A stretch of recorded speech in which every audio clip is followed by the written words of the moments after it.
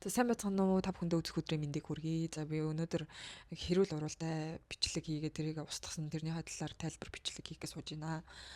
За ерөнхийдөө бол нөгөө YouTube бичлэгийн чинь thumbnail зураг гарчиг хоёр нь амар сүртэй байх ёстой байдаг байхгүй. Энийг одоо YouTube хийдэг бүх хүн мэднэ. Та нар түшгээс асууж болно, Золбоо ТV-гээс асууж болно, Gramix-ээс асууж болно те. Бүгд амар юм сүртэй зураг тавьж сүртэй нэр өгдөг бичлэгэндээ.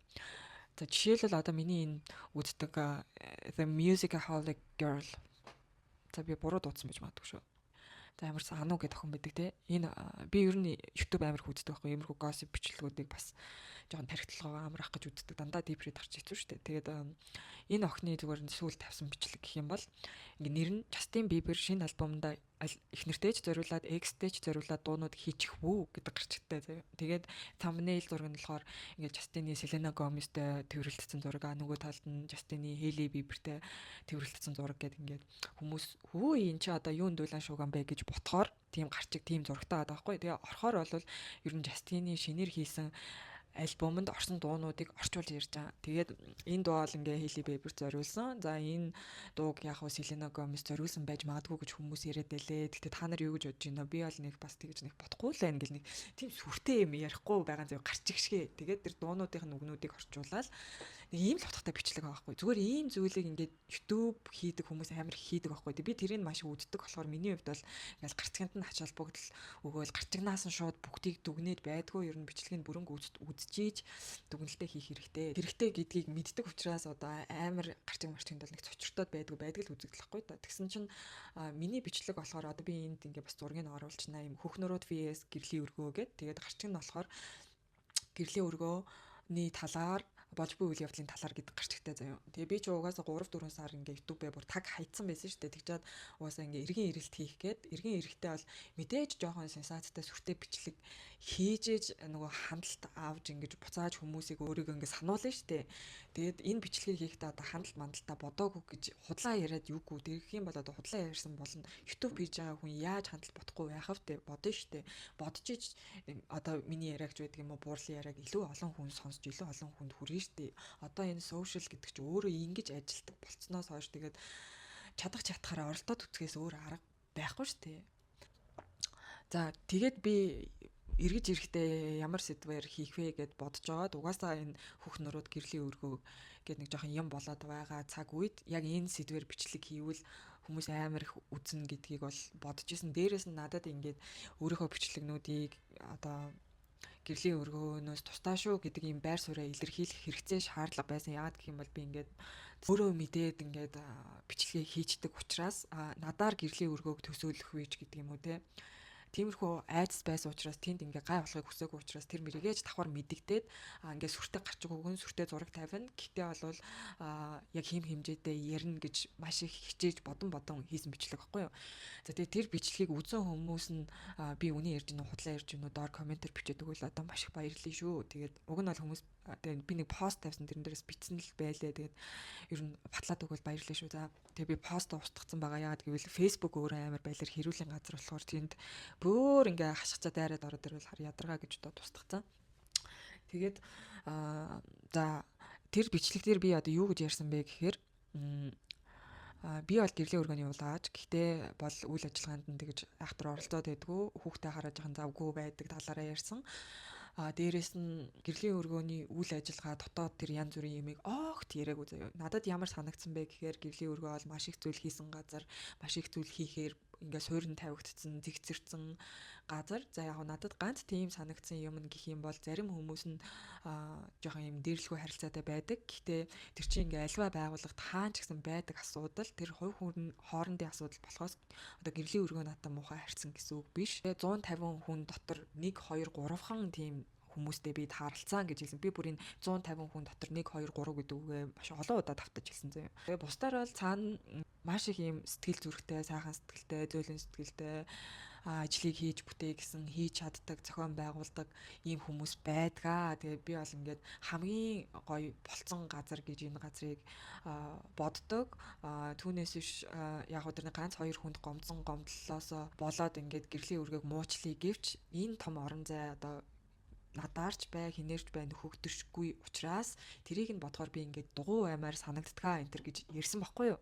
За тэгээд ерөнхийдөө нөгөө хөх нуруутын талаар бол би жоохон эргэлзээтэй явдгаа ярьсан. Тэгээд энэ аянгат удагны мэдээлэл хийгээд байгаа постуудтай 100% санал нийлж байгаа хэлсэн.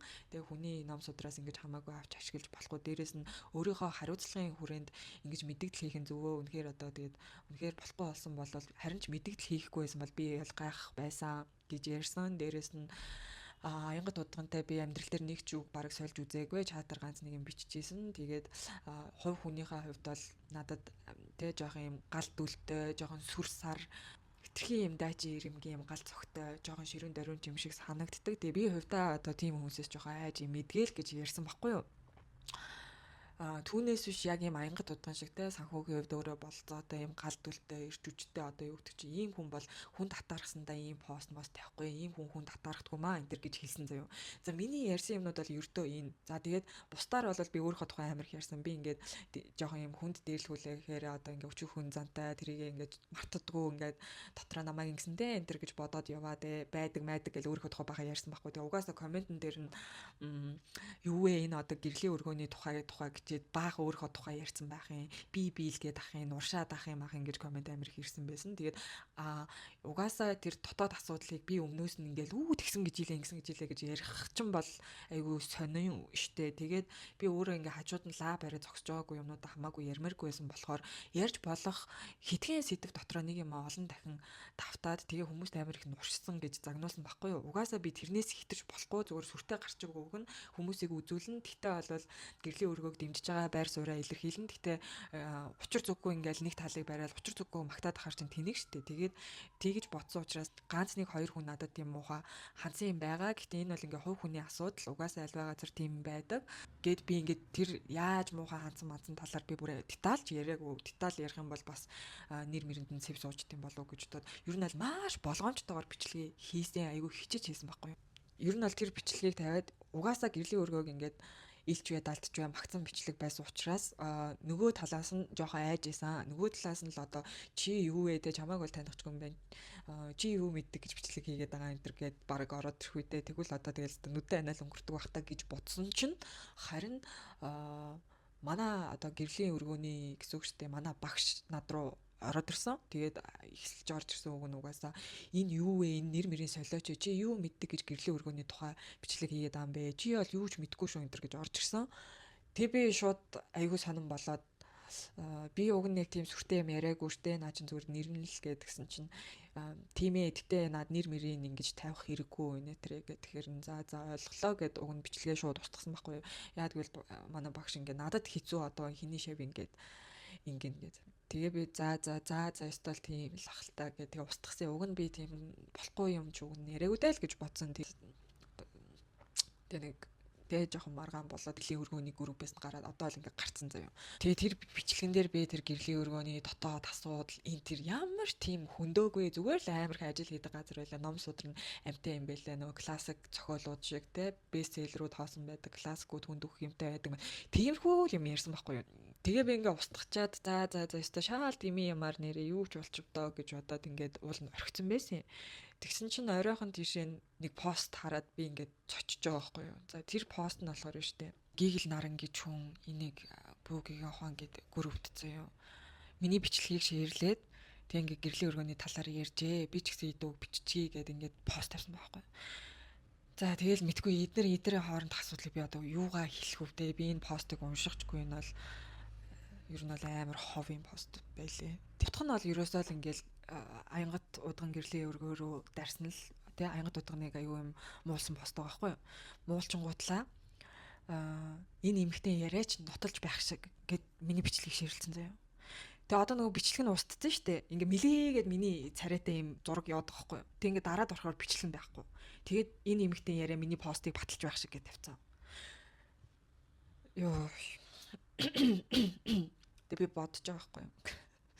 Би уулна штэ тэр бичлэгийг чи ингээ гэрлийн өргөөдөө ямар ч дайсагналгүй ингээ хүндэлж явдгаа илэрхийлэнгээ миний бичлэг тусдаа шүү. Миний бичлэгээр гэрлийн өргөөг төсөөлж болохгүй шүү те. Би ингээд жоохон тэнэг байх юм бол гэрлийн өргөө ийм хүмүүсийг бэлддэг юм байна гэж ойлгож болохгүй шүү гэдэг талаар амар ярьсан. Тэгээд аянгад дудхан шиг хүн бол хүн татарсантай ингэж хүн амьтан гүтгэж явахгүй энэ төр гэж л ярьсан заяа. Тэгсэн чинь одоо нөгөө гэрлийн өргөөг дэмжиж хийсэн бичлэг маань бүр ингээд 180 градус эргээд би гэрлийн өргөөнөөс гарсан. Энэ хүн болохоор миний бичлэгийг гэрлийн өргөөний эсрэг ашиглаад далимдуулаад гэхүү ширлж байгаа байхгүй. Тэг би энэ хүнийг одоо ийм пост тавьчаад миний бичлэгийг одоо бүрэн гүйцэд үзээгүй байж ингээд гарчгийг хараад тавьчих юм уу гэхээр бас эргэлзээтэй. Яа гэвэл энэ хүн миний бичлэгэн дээр комент бичсэн байсан заяа. За тэгээ юу гэж комент бичсэн бэ гэхээр яагаад өөрийгөө муу муухай үгээр хэлдэг юм бэ? Ийм хүн болгон их болж үр хөвгтөө өсгөж хүмүүжүүлэн тэр чин зовлон биш шүү дээ. Яагаад удхан хүн ингэж ярьдаг гэж сайхан ярьж сөрөг өгсөөсөө салах хэрэгтэй. Ялангуяа ийм нээлттэй сувг дээр хаана хизээ хэрхэн ярих чинь ч дэнс шүү дээ. Би гэрлийн өргөний талаар бас зөндөө юм ярьж аянгийн талаар бичих мэдээлэлтэй гэж комент үлдээсэн байсан байхгүй юу?